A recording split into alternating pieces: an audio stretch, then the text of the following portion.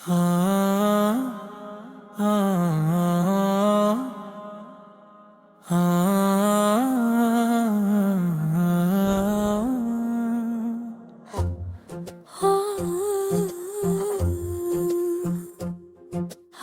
অনেক দিন পর কলমটা হাতে নিলাম, তোমার নাম লিখতে গিয়েও থেমে গেলাম। অভিমান নয়, অভিযোগ নয়, শুধু কিছু কথা। যদি কোনো দিন পড়ো যেন এটাই আমার শেষ চিঠি।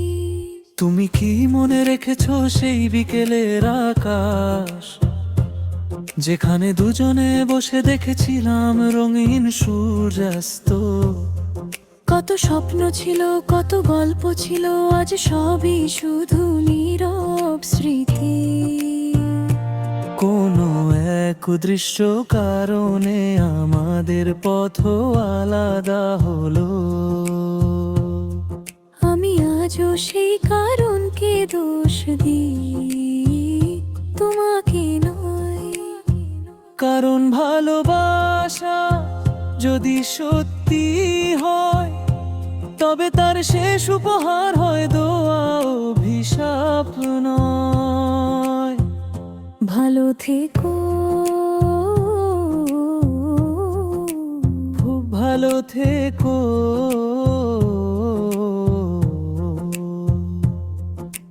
তোমার চোখে যেন আর কখনো অশ্রু না নামে।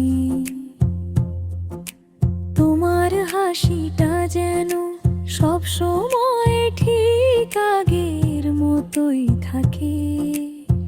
যে মানুষ তোমার জীবনে আসবে, সে যেন তোমার প্রতিটি অশ্রু মুছে দিতে পারে।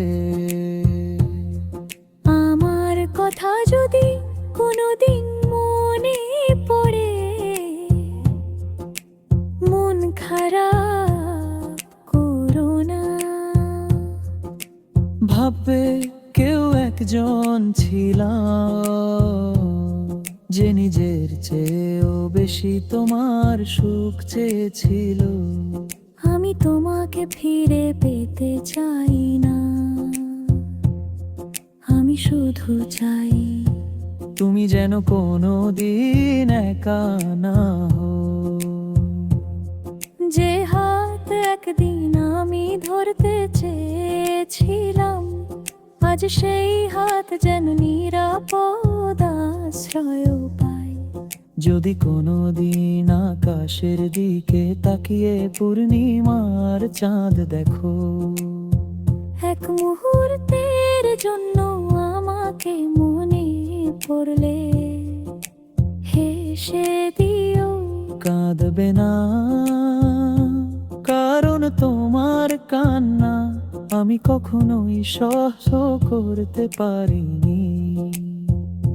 আমার জীবনে হয়তো তোমার জায়গার কেউ নেবে না, তবু আমি চাই তোমার জীবনে যেন সুখের কোনো অভাব না থাকে।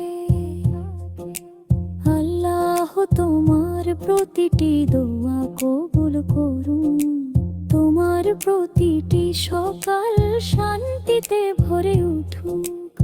আজ আমি বিদায় নিচ্ছি স্মৃতি নিয়ে, অভিমান ছাড়া, অভিযোগ ছাড়া, শুধু একটি দোয়া রেখে।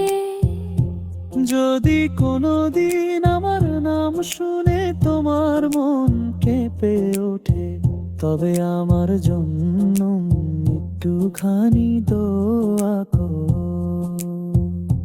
ভালো থেকো, সুখে থেকো, হাসি মুখে থেকো। তোমার জীবনের প্রতিটি বসন্ত হোক রঙিন, প্রতিটি দুঃখ হোক ক্ষণিকের অতিথি। আর আমি